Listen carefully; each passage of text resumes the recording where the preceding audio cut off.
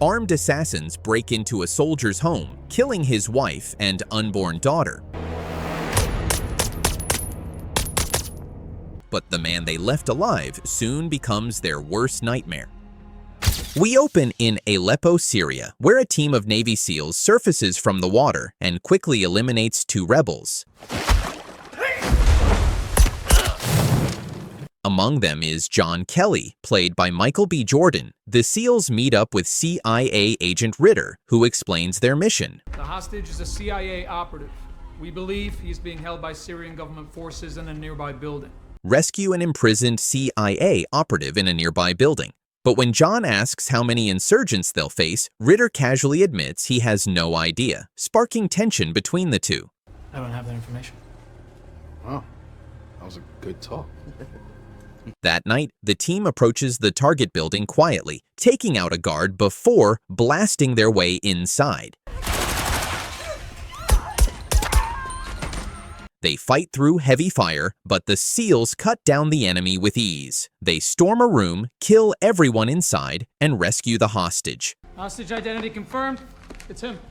Later, John learns the men they killed weren't Syrians. You said Syrian army, not Russians. They were ex-Russian military. Ritter brushes it off, but as the team prepares to leave, they're ambushed by an RPG that collapses the hallway.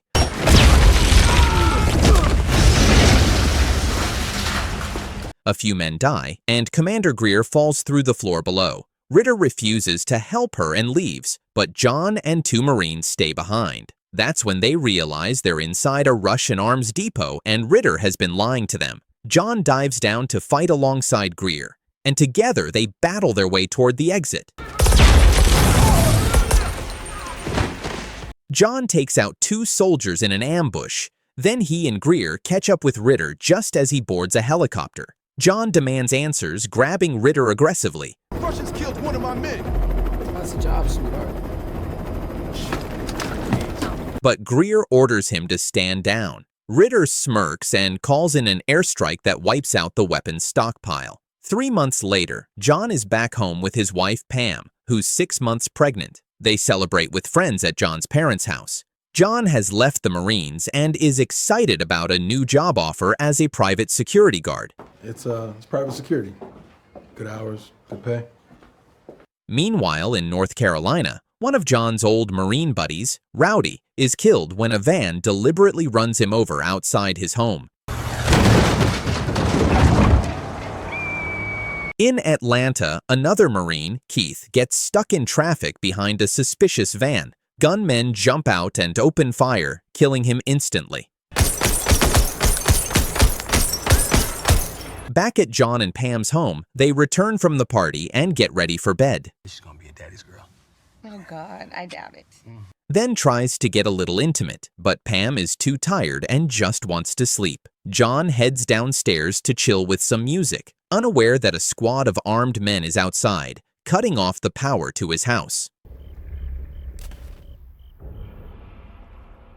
Luckily, John's laptop shuts off from the power outage, alerting him that something's wrong. He then hears a floorboard creak upstairs.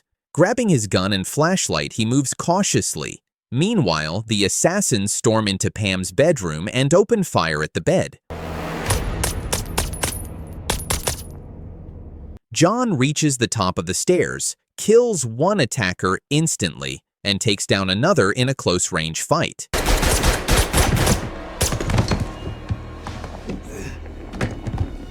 He and the last gunman both end up badly wounded in a brutal shootout. The attacker tries to finish John off, but runs out of ammo and staggers out the door. John crawls into the bedroom, desperately calling for Pam. He reaches the bed only to find her dead. No. John barely survives his injuries and is rushed to the hospital. While he fights for his life, the CIA and the Marines hold a briefing about the coordinated attacks on their Special Forces team. Ritter suggests that the SEALs may have gotten themselves tangled in something bigger. These SEALs get themselves into all worlds of trouble. Drugs, arms, information. hinting at complications the agency will have to investigate. Greer, furious at Ritter's arrogance, confronts him after the meeting, demanding answers. My men were not dirty, and you know it. What is the whole story? Ritter brushes her off with vague excuses. Meanwhile, John remains in a coma, haunted by dreams of Pam. He suffers seizures, but eventually wakes up days later to find Greer at his side. When he asks about his family, Greer breaks the devastating truth. Pam and their unborn daughter didn't survive. You know I can't do that.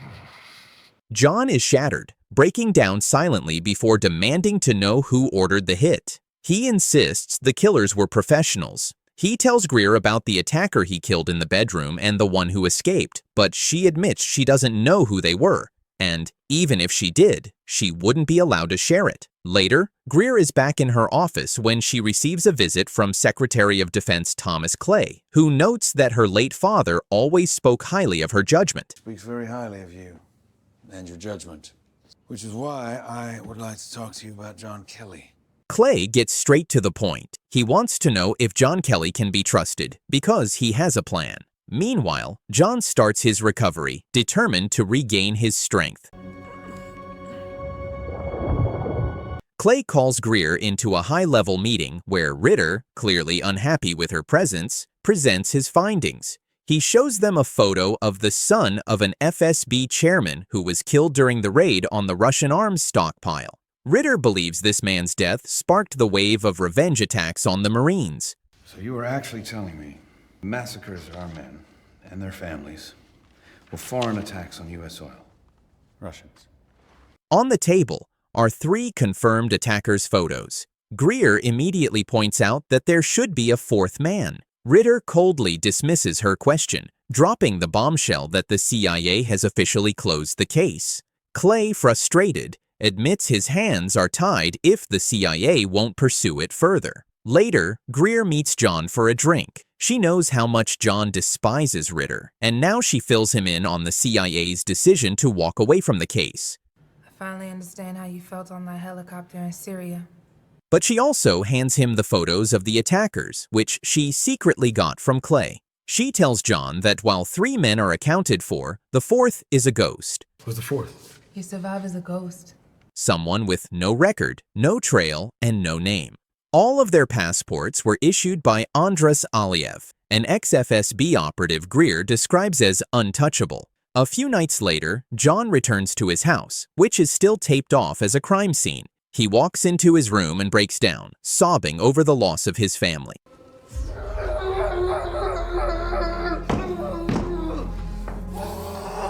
Then he heads to the basement, pulls a stash of guns and cash out of the heater, and prepares for what comes next. Upstairs, he readies his gun, drenches himself in alcohol, and heads to the consulate where Dre is. You gotta keep it moving.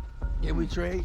Can we trade jackets? No, back up, back up. I get it. Pretending to be drunk, John stumbles around the guards, watching as Dre slips into a car and argues with them. Eventually, John gets into his own truck and tails the convoy. Calling 911, he reports that someone in Dre's car pointed a gun at him. Dark SUV, license plate RT5629. Hurry up, I'm really scared. Police pull the car over, forcing Dre to the side of the road. That's when John slams his truck into their vehicle, pinning it down. He douses the car with gasoline, while Dre struggles to break free, then sets the whole thing on fire.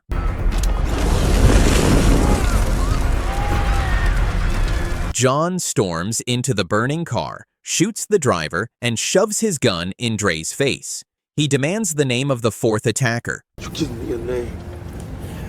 When Dre hesitates, John shoots him in the leg. In pain, Dre reveals that John is the actual target, not just a random victim. John then shoots him in the chest, puncturing a lung, forcing him to cough up the name Victor Rick. After Dre confesses, John finishes him off before surrendering to the police, who have surrounded the scene.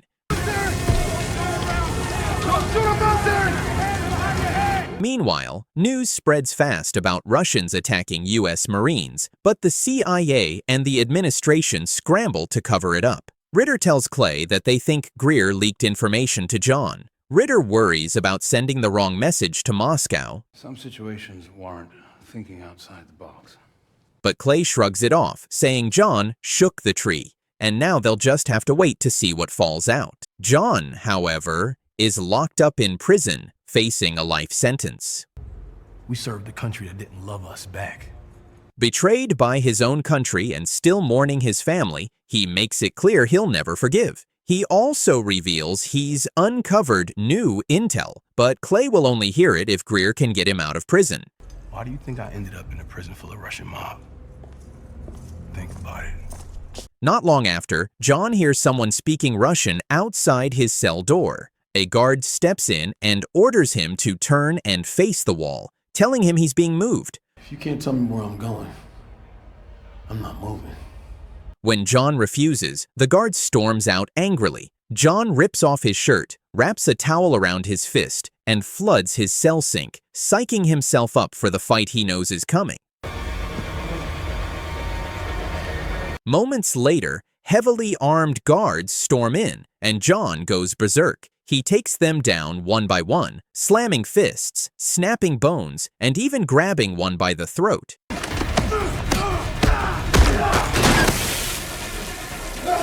With his grip locked tight, John demands the others seal the cell door. Close the door, I'm gonna start snapping necks. Or he'll kill their man right there. The guards hesitate, but before the fight can escalate, U.S. Marshals show up. They stop the guards and hand John a phone. On the other end, Greer tells him to trust the Marshals. Follow the U.S. Marshal. You can trust him. John is taken to a black site where Clay Ritter and CIA Chief Sarah are waiting. They want to know what John has uncovered. John drops the name, Viktor Rykov. How do you know that name? Fourth gunman at my house. Sarah looks stunned, insisting Viktor is dead. Ritter tries to dodge the truth, but finally admits Viktor is the leader of the group responsible. When shown photos, John immediately recognizes him, which rattles both Sarah and Ritter. Ritter pushes to capture Viktor alive, while John demands to be on the team. Clay refuses at first, but Greer unexpectedly backs John. It's my opinion that Senior Chief Kelly is not in the right state of mind to be in the field right now. Though she warns that once the mission ends, he's going right back to prison. John meets the rest of the squad in a hangar, preparing to fly into Russia on a disguised commercial jet before parachuting in. Ritter doesn't join them, saying he'll meet the team later by another route. During the flight, John teases Greer about calling him unfit, but she says she was only trying to protect him. Like I said, you're pretty messy right now. Still haunted, John admits he blames himself. If he had left the Marines earlier, maybe his family would still be alive. He's fueled by vengeance, while Greer insists the mission is strictly extraction. As the team nears the drop zone, a Russian fighter jet intercepts them. The pilot orders their plane to change course, but when the American pilot refuses, the Russians fire a missile, blowing out the engines. The aircraft plummets into the sea. Greer yells for everyone to abandon the plane, but John refuses to leave their gear. They can't complete the mission without it. I gotta get the gear. I gotta get rest. As the aircraft sinks, John dives down into the flooding cabin, grabbing breaths of air wherever he can. He secures one bag with a float, then, nearly out of oxygen, straps another bag before finally kicking back toward the surface. He almost doesn't make it, but his squad pulls him onto an inflatable raft just in time. With the salvaged equipment, they press forward, reaching a safe house in a nearby town. But John isn't buying Ritter's story. He suspects Ritter was involved in setting up the plane attack. Now he's the only asshole. The only one that wasn't on the plane. Give me a reason. That suspicion explodes when John and his squad storm into Ritter's location, guns drawn. Ritter stammers excuses, but John isn't having it. He grabs Ritter by the throat, demanding answers. Bullshit! Same thing happened in Aleppo. What's the real mission? Ritter insists that he's only trying to get to Viktor and didn't sell out the Marines. John eventually lets him go, and Ritter goes to change his pants. Soon after, the Marines, along with Ritter and his men, roll up in a van to a building right across from Viktor's hideout. John scopes the place out through his sights, and Greer notices, looking worried, but John assures her he's just checking. The team infiltrates the building with John leading. As they climb the stairs, John tells them to wait while he checks ahead, but he suddenly locks them behind a gate. Damn it, John! Open the door! Open the door! Moving forward alone, John enters the apartment to find everyone already dead. Victor shows up, crying out John's name. When Victor admits he's working for the CIA, John swears he'll make him pay for Pam. John confronts him, but Victor is strapped with a bomb vest, hinting that they're both caught up in something much bigger. All we have to do is die. No. Wait. Let's just talk about things.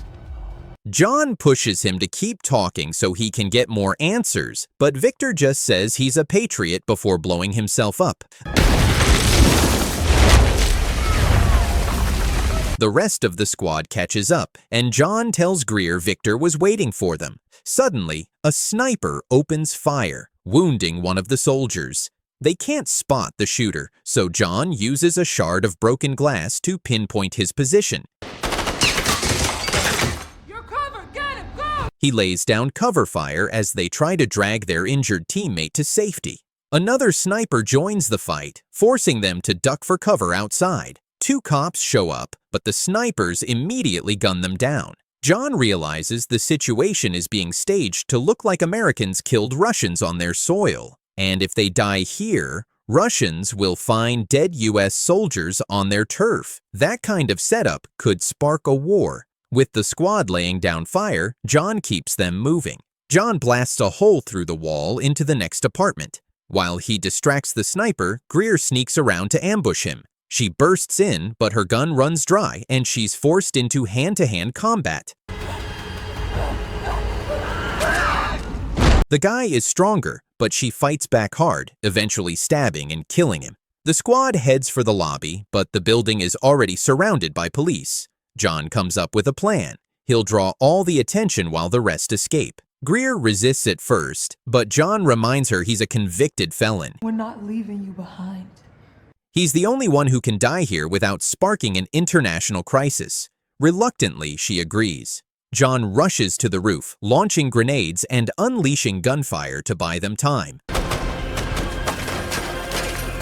The cops swarm him, but he takes a few out and forces the rest back, holding his ground. A shot smashes into John's sidearm, forcing him to dive through the roof to escape. He wrestles with a soldier, kills him, and grabs his rifle, blazing his way down the stairs while others scatter in panic. Pulling out a bomb from his bag, he arms it just before more men arrive. The place erupts in a massive explosion of fire and smoke. Amidst the chaos, John disguises himself as a Russian soldier and hijacks an ambulance. He reluctantly makes his way back to the hideout, where Greer spots him and pulls him inside. Together, the squad escapes the country by boat. John reflects that Victor was just another pawn in a much bigger game. I thought I was a pawn hunting a king. And they'll never know who's truly behind all of this. He figures he'll be sent back to prison, but Ritter shocks him by offering money and freedom instead. But you never made it out alive. You died in rumors. Because keeping John off the grid gives them the best shot at exposing the conspiracy. Later, Clay is seen having dinner and watching news reports about rising tensions between Russia and America. He steps away to the bathroom, leaving his men behind, only to find John waiting. John confronts him about the failed mission and the cover-up. Sir, this was a CIA op.